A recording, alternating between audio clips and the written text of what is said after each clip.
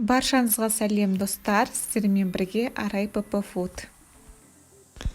Бүгін сіздерге ПП конфеты рецептісін ұсынғым келеді. Егер сіз тәттіден бас тарта алмасаңыз, онда осы ПП конфетіға алмастырсаңыз болады. Бұл ПП конфетінің құрамында пайдалы ингредиенттер бар. Бізге қажет ингредиенттер: бал, семена чия, кокосовая стружка, ұнтақталған сұлы жармасы, курага және қалауыңыз бойынша әртүрлі жеміс-жидектер. Мен клубника және эжималинаны қолдандым.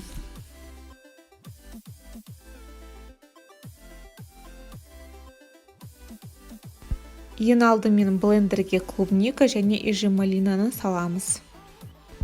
Одан кейін үстіне курага қосамыз, үстінен ұнтақталған сұлы жармасын қосамыз және кокосовая стружканы. Үстіне семена чияны қосамыз және тәтті болу үшін балды қосамыз.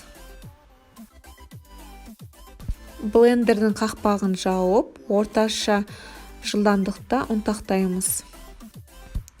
Қатты ұнтақтамаймыз, себебі бұл конфетінің қамыры қолымызға жабысып тұру керек. Және қадағалап отырыңыздар, себебі бұл конфетінің қамыры каша сияқты болмау керек. Мен видеода көп ұнтақтап қойдым, сондықтан менің қателігімді қайталамаңыздар.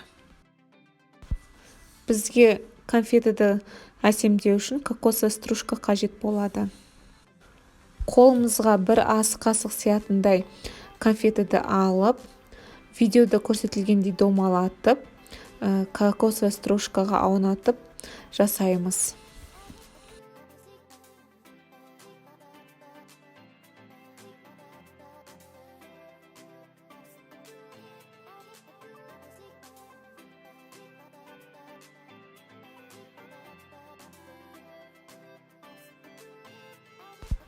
Менде шамамен 7 ПП конфеті шықты және 1 сағатқа холодильникке қоямыз.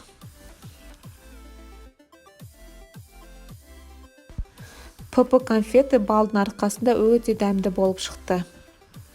Мен сенімдімін, сіздерге бұл конфеті міндетті түрде ұнайды.